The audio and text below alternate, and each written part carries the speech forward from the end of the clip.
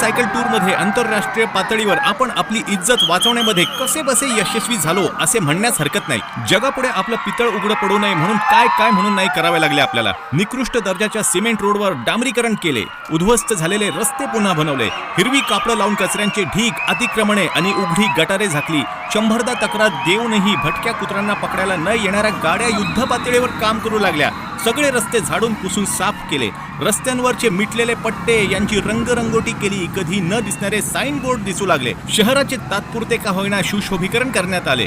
आणि हो, special thanks त्या सर्व पोलीस डिपार्टमेंटला जे इतर वेळचे नियमभंग रोखण्यामध्ये तर अपयशी झाले आहेत, पण या रेससाठी एकही माणसाला त्यांनी नियमभंगाची संधी दिली नाही। खरंच मनापासून आभार त्या मूठभर फॉरेन सायकलिस्टचे, ज्यांच्यामुळे इथल्या करोडो नागरिकांना थोड्या दिवसांसाठी का होईना या सुविधा उपभोगता येतील। पण यावरून एक गोष्ट तर स्पष्ट झाली की आपण या गोष्टी सहज करू शकतोय, पण या गोष्टी न होण्यामागे जबाबदार आहे